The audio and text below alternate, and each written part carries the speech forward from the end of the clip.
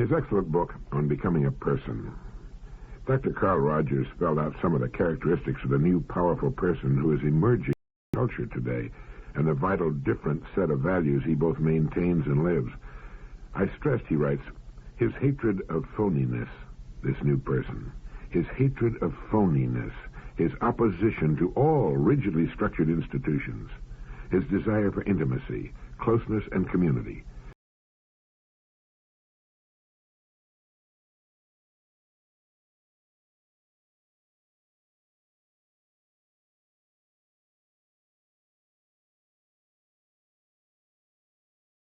Into reality. I'm talking, he wrote, about a relatively small number of people, but I believe that these people constitute the change agents of the future. When some part of a culture is decayed at the core, a small group with new views, new convictions, and a willingness to live in new ways is a ferment that can't be stopped. Let's take a look at that new person emerging in our culture and see if you and I qualify. I'd like to think that the total subscription list of Direct Line is made up of these powerful new emerging people. First, his hatred of phoniness. Our new powerful person sees through facades and tinsel, outmoded and ridiculous customs and beliefs. Free of the tyranny of things and the opinions of others, he and his family, she and her family, live in a kind of solid serenity where true values count, where the verities, things like truth and justice, the family and work, take on real meaning. It is in the avoidance of phoniness that real freedom may be found, and one can drop off the rat race with a great sigh of relief. There are no inner circles to which these people need apply for membership. They are the centers of their own circles. This person is opposed to all rigidly structured, closed institutions. Such institutions are saying, by the fact that they're rigidly structured and closed, we have the answers. We need look no further. This is it. The new powerful person knows that at this early stage of our development, such thinking is infantile. We do not have all the answers about anything. And just as the maturing person is in a stage of growth, of becoming, so is a vital institution. It uses what it has and what it knows as springboards into the future, and assiduously avoids becoming closed and rigidly structured. A good and viable institution, like a self-actualizing person, is always in a state of growth, of becoming. He has a desire for intimacy, closeness, and community, and a willingness to live by new and relative moral and ethical standards. This person has a searching quality and an openness to his own and others' feelings. He's spontaneous, unafraid of what others will say of his enthusiasms and ideas, and is determined to translate his ideas and ideals into reality. Now, of course, these people must constitute a relatively small number of people, a true inner circle, the most important and influential club of human beings on Earth. The qualifications for membership are tough. To meet them takes work, thought, and study, a willingness to find oneself and be oneself, but the perquisites of membership are great indeed. One of them is freedom. Another is joy. One of the world's greatest cartoonists, to my mind, is Fernando Cron. Many years ago, I cut one of his cartoons out of the Reporter, which depicted the entrance and exit to a subway. Coming out of the exit is a crowd of adults. Going down into the entrance is a crowd of children. All the children are laughing and smiling and enjoying themselves.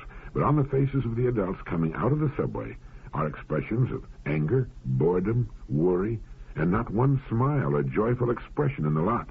There's no caption. None is needed. The cartoon very graphically asks the question, what happened to all of those smiles and happy expressions between the ages of childhood and adulthood? Well, what did happen to them? Are we to say that adult life is so full of sorrow and pain and problems that it cannot be experienced in a consistently happy way? No. In fact, a little later I'm going to give you some statistical data pertaining to happiness, who's happy and why. But this group of powerful people, emerging people in our society, while more aware of the world's problems than 95% of their fellows, still enjoy their lives and do not belong to that sad group coming out of Fernando Cron's subway. I've stood at the exits of subways and watched the people coming up. Nobody expects them to be doubled over with helpless laughter or skipping and playing like children, but their expressions seem to indicate that life for them is an extremely serious and as yet unfathomed riddle, and they give the impression that they're not growing as persons, and are perhaps, in fact, drawing back, shrinking into their little molds and hardening like concrete. Incidentally, my all-time favorite Fernando Cron cartoon portrays a man on the end of a pier who is obviously bent on suicide. He has a rope tied around his neck with the other end tied around a great stone. In attempting to throw the stone over the end of the pier, all he has accomplished is to drop it on his foot. The cartoon shows him hopping on one foot, holding the injured foot in his hands. The caption of the cartoon is simply incompetence. And if we ever needed proof that the only way to growth and maturity and knowledge lies in the lonely and arduous hours spent alone in thought and study, this thought from the German philosopher Arthur Schopenhauer should convince us. Truth that has merely been learned is like an artificial limb, a false tooth, a waxen nose. It adheres to us only because it is put on. But truth acquired by thought of our own is like a natural limb. It alone really belongs to us. And if you wonder from time to time why so many of the adults you see and know about you shackle themselves with the outmoded ideas of the past, Schopenhauer also wrote, "There is no absurdity so palpable, but that it may be firmly planted in the human head if only you begin to inculcate it before the age of 5 by constantly repeating it with an air of great solemnity." When a child asks his parents what he should be when he grows up, they often, and with the very best of intentions, try to steer him toward a particular calling or profession. I remember my parents wanted me to be a lawyer. When children seek advice, here's a pretty good answer. Look for the truth. Look for the truth in everything. Spend your entire life looking for truth, and you will have spent it as nobly as any human being who ever lived. And the calling that's right for you will come along. Archibald MacLeish wrote, "What is freedom? Freedom is the right to choose. The right to create for oneself the alternatives of choice. Without the possibility of choice and the exercise of choice, a man is not a man, but a member, an instrument, a thing." Dr. Carl Rogers says that responsible personal choice is the most essential element in being a person and is the core experience in psychotherapy. Francis Bacon said, "If a person will begin with certainties, he will end in doubts. But if he will be content to begin with doubts, he will end in certainties." Isn't it true that we try to raise our children to begin with certainties in which we ourselves have no deep and abiding faith?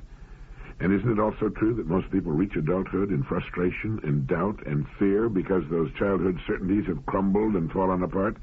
Could this be why the people coming out of Fernando Kran's subway appear to be marching to a death camp?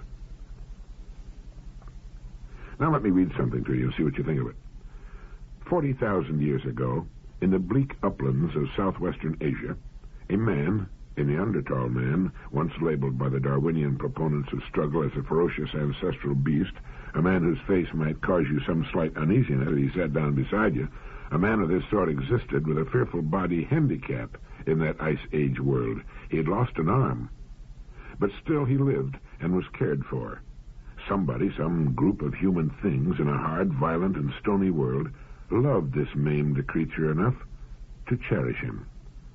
And looking so across the centuries and the millennia toward the animal men of the past, one can see a faint light, like a patch of sunlight, moving over the dark shadows on a forest floor. It shifts and widens, it winks out, it comes again, but it persists.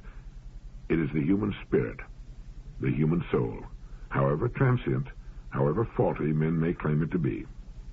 In its coming, man had no part. It merely came, that curious light, and man, the animal, sought to be something that no animal had been before. Cruel he might be, vengeful he might be, but there had entered into his nature a curious, wistful gentleness and courage. It seemed to have little to do with survival, for such men died over and over. They did not value life compared to what they saw in themselves, that strange inner light, which has come from no man knows where, and which was not made by us. It has followed us all the way from the age of ice, from the dark borders of the ancient forest into which our footprints vanish. It is in this that Kierkegaard glimpsed the eternal, the way of the heart, the way of love, which is not of today, but is of the whole journey, and may lead us at last to the end. Through this, he thought, the future may be conquered. Certainly it is true. For man may grow until he towers to the skies, but without this light, he is nothing, and his place is nothing. Even as we try to deny the light, we know that it has made us, and what we are without it remains meaningless.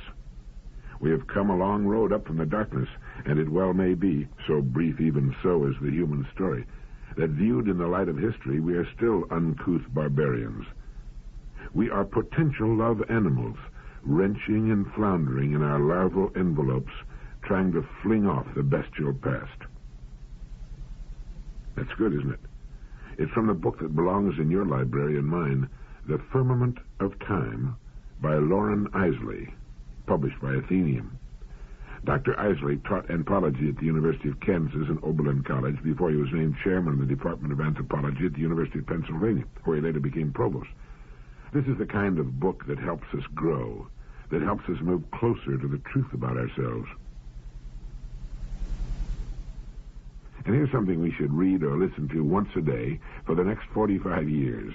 It was written back at the turn of the century by William George Jordan. He was editor of several magazines during his lifetime, including the Ladies' Home Journal and the Saturday Evening Post.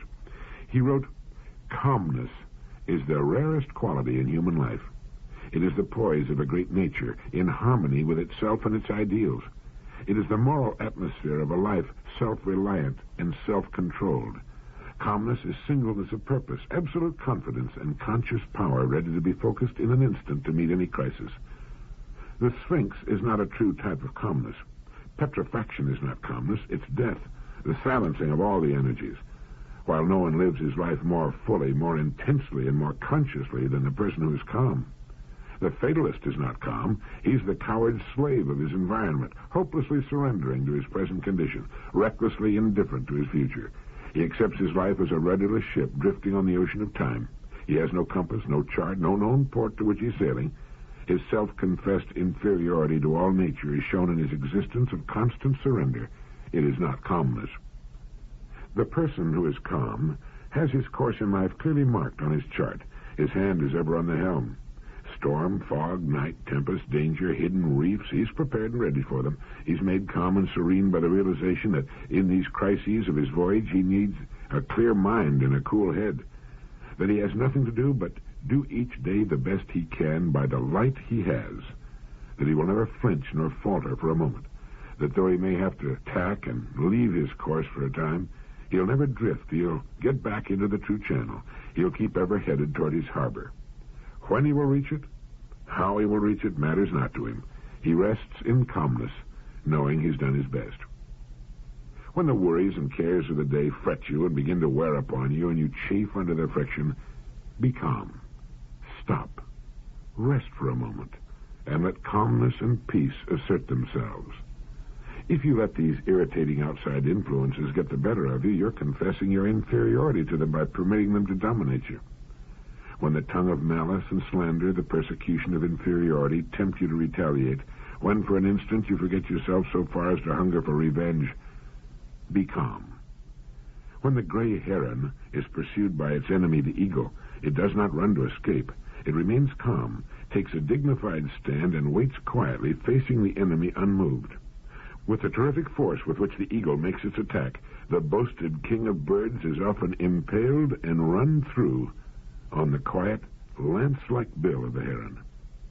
No person in the world ever attempted to wrong another without being injured in return, some way, somehow, sometime. Remain calm. Now, although that was written at the turn of the century and in language that today might sound a bit affected and archaic, it's a good message. If ever there were a quality needed in the crisis-filled world of today, it's calmness, and the kind of clear thinking calmness produces. Another attribute of that new emerging person we were talking about. I wonder how improved our days would be if we would make it a point to go over that little message every morning. Here's a quotation I like. It's by William Drummond. He who will not reason is a bigot. He who cannot is a fool. And he who dares not is a slave. The distinguished psychologist, the late Dr. Maslow, said something that should be kept in mind by every parent and businessman and executive, teacher, by every person in any sort of position of authority. He said everyone seems to be aware at some level of consciousness of the fact that authoritarian management outrages the dignity of the worker. He then fights back in order to restore his dignity and self-esteem. He will do this actively with hostility and vandalism and the like, or passively as a slave does with all sorts of underhanded, sly, and secretly vicious countermeasures. These reactions are puzzling generally to the dominator, but on the whole they're easily enough understood, and they make very real psychological sense if they're understood as attempts to maintain one's dignity under conditions of domination or of disrespect. In the foreword to his book, If Men Were Angels, Milton Mayer writes of when he was a youngster. His mother would say, "Wear your rubbers." "Oh, gosh, Ma. Don't gosh me. Wear your rubbers." "Why do I have to wear my rubbers?" "Because I say so, that's why." Or to his big brother, "I want you to take care of your little brother this afternoon." "Gosh, Ma, why do I have to take care of him?" "Because I say so, that's why." Now, because I say so has never been a very good reason for doing anything, not as a child and not as a grown-up. Whenever we're faced with arbitrary authority, we burn and rankle. Whether it's a worker, a secretary, a wife, husband, or child, his self-esteem is his most valued possession. If you hurt it, he'll find a way of getting back, of restoring his self-esteem in his own eyes. If not, he will be diminished in his own eyes. The juvenile delinquent, the adult delinquent are examples of this kind of thing. Human beings avoid being manipulated, dominated, pushed around, determined by others, misunderstood. People don't like and will not stand for being a nothing rather than a something, unappreciated, not respected, not feared, not taken seriously, laughed at. People will not tolerate, even though they may appear to be doing so, being ludicrous figures. They don't like being treated as a physical object rather than as a person. As a rule, they don't like to take orders, be forced, used, exploited, controlled. They don't want to feel that they're helpless, compliant, deferent, an interchangeable person. What human beings are seeking is to be prime movers, self-determination, to have control over their own destinies, to determine their own movements, to expect success, to be active rather than passive, to be a person rather than a thing, to have others acknowledge their capabilities fairly.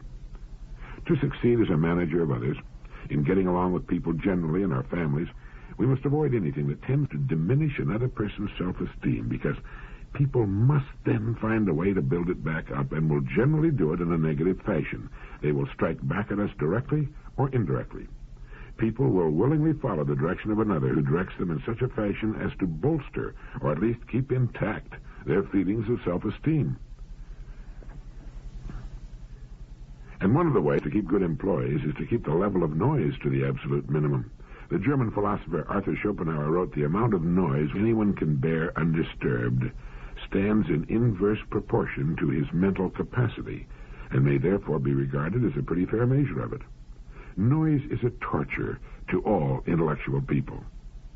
A good indication of the truth of that can be observed by watching children grow up. In their first few grades, they shout at each other constantly at the very top of their lungs. Anyone who has had to take a small child to a children's matinee can attest to that, or listen to them on the school playground. As they move up in the grades, though, the noise level drops, and even in a class of very young people, it's generally thought to be true that the quietest children are the more intelligent. And finally, young people in their teens are far quieter than children of 7 or 8, except when it comes to their music. The more intelligent a person becomes, the more his voice will diminish in volume. The quiet, controlled voice is infinitely more effective when dealing with others, small children included. Shouting or loud talking is almost always a sign of inferiority, real or imagined. It hurts the ears and grates on the nerves and causes real fatigue. People who tend to raise their voices when they get angry should try to do just the opposite. They'd be far more effective and would tend to retain better control of themselves. A person's intelligence can be said to be in inverse proportion to the amount of noise he can tolerate. A couple of my acquaintance with 3 small children bought a second-hand limousine with a glass divider between the front and back seats. On long trips, they simply roll it up and drive along in blissful peace and quiet, while the kids play, scream, and fight in the back seat. I visited an interesting company in Dallas, Texas some time back, whose offices, even though they required several floors of a large office building, had only about 3 traditional offices as such. They were offices, I believe, for the president, the chairman of the board, and the conference room. All the other people occupied spaces surrounded by movable modules. Telephone and electrical cables came down from the ceiling. Now, the entire floors were deeply carpeted with good acoustical material on the ceilings. There was a marvelous silence about the place. After a trial period, the people were polled as to their opinion of the new setup, and they were virtually unanimous in their acceptance of it. It's very difficult to imagine an intelligent, thoughtful, poised person making a lot of noise, shouting or losing control. A person should speak just loudly enough to be heard clearly under all circumstances. A distinguished American psychotherapist has said that no one, as far as we know, is born neurotic. We learn to become neurotic as a result of our upbringing. We are raised by other human beings, and they literally teach us to become neurotic. If a child is raised to believe that intelligence and beauty are worthwhile traits, and that he is bright and handsome, Well, he will tend to look upon himself as good and to have a favorable self-concept. But if he's raised to believe that he is stupid and ugly, he will tend to look upon himself as bad and to have a poor self-concept. Our early self-concepts depend upon the concepts that others have toward us. If those who are important in the life of a child generally blame him, he will learn to blame himself. If they consistently accept him, he will learn to accept himself. That does not mean that the self-concept the child first learns is absolutely final and crucial. He can, later in life, change it for better or worse, but it's hard. And this early self-concept is most important, and it does tend to set the pattern for later attitudes and behavior. I read somewhere that self-confidence is like a psychological credit card. And I can still remember my mother telling me that I could do anything I set my heart upon. To tell a youngster he or she is great is to give him the kind of self-image he needs to build a meaningful life for himself. Youngsters will discover their limitations, their blind spots, the areas in which they have little or no aptitude soon enough without our help. Self-confidence is a kind of psychological credit card and is of far greater value than any other we can carry. When we see someone who is neurotic, it should elicit our sympathy in the realization that the person was not born that way. He was taught to be neurotic by his elders. Neuroses are like chains that are put on children to hinder them in their development and activities. If you'd like to examine yourself for traces of neurosis, Dr. Albert Ellis, in his book How to Live with a Neurotic, gives us a list of popular beliefs, irrational ideas, really, each of which indicates a neurosis. You can check your own against the list. Remember, each of the following statements is false and indicates a neurosis. An adult must be approved of or loved by almost everyone for almost everything he does. What others think of him is most important. Depending on others is better than depending upon oneself. A person should be thoroughly competent, adequate, talented, and intelligent in all possible respects. The main goal and purpose of life is achievement, success. Incompetence in anything whatsoever is an indication that a person is inadequate or valueless. One should blame oneself severely for all mistakes and wrongdoings. Punishing oneself for errors will help prevent future mistakes. A person should blame others for their mistaken or bad behavior. He should get upset by the errors and stupidities of others. One should spend considerable time and energy trying to reform others. One can best help others by roundly criticizing them and sharply pointing out the error of their ways. Because a certain thing once strongly affected one's life, it should indefinitely affect it. Because a person was once weak and helpless, he must always remain so. Because parents or society taught the acceptance of certain traditions, one must go on unthinkingly accepting these traditions. If things are not the way one would like them to be, it is a catastrophe. Things should be better than they are. Other people should make things easier for us, help with life's difficulties. No one should have to put off present pleasures for future gains. Avoiding life's difficulties and self-responsibilities is easier than facing them. Inertia and inaction are necessary and or pleasant. One should rebel against doing things, however necessary, if doing them is unpleasant. Much happiness is externally caused or created by outside persons and events. A person has virtually no control over his emotions and cannot help feeling bad on many occasions. If something is or may be dangerous or injurious, one should be seriously concerned about it. Worrying about a possible danger will help ward it off or decrease its effect. Well, how did you do? That was a list of beliefs indicating neurosis. Getting back to our saying that self-confidence is a kind of psychological credit card, I don't think enough has been said about the power of positive expectation. It's truly amazing, and there's simply no explaining it. When we confidently expect something worthwhile to materialize in our lives, it invariably does. It works like pure, unadulterated magic. It gives each of us a kind of magic wand with which we can bring all sorts of interesting and rewarding events and things into our lives. Those who have cultivated this power, who consciously and actively work at it, regularly do the most amazing things. As with neurosis, we're often taught as youngsters to expect the worst.